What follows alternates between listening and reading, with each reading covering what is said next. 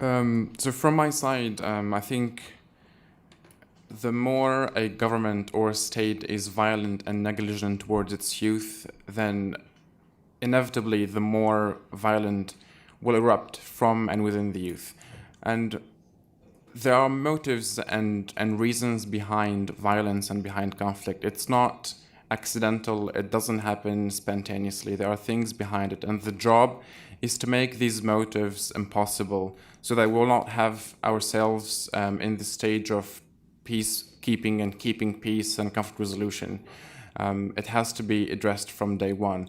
And to go back to your question, this is the very link that actually answers this question, because when a government invests in its national development, then it's very unlikely that there will be violent actions erupting from youth, from young people. And that's what our governments around the Middle East and North Africa has been failing to do for so long, until they find themselves obligated to find solutions to fix the problem after it has already been erupted.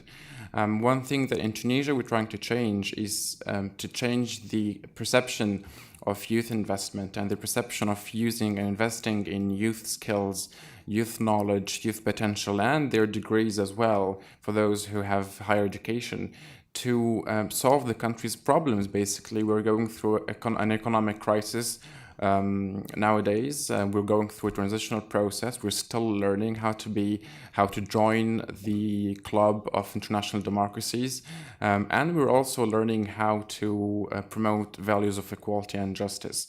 And when the government invests in creating a platform that creates jobs, that reduces unemployment, that promotes and invests in healthcare for everyone with no exceptions and with no discrimination, that builds its infrastructure in a way that young people feel more supported and feel that they live in a favorable environment that makes them motivated but also interested in investing in their own countries. I think these go line in line.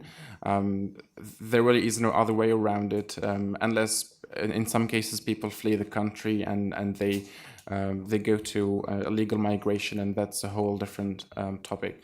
But I think your point is very valid. There has to be a national development plan before talking about youth engagement in peace building. And for the point for the media, I think in Tunisia, if it wasn't for the media, there would be no revolution and there would be no democratization. So if you're a journalist, we value your work, and it's for people, thanks to people like you in my country, that we've been able to emancipate and to liberate ourselves and to create a new future for the next generations. Thank you. Great. Chelsea, over to you. Just to quickly pick up on the question about monitoring and evaluation, and also the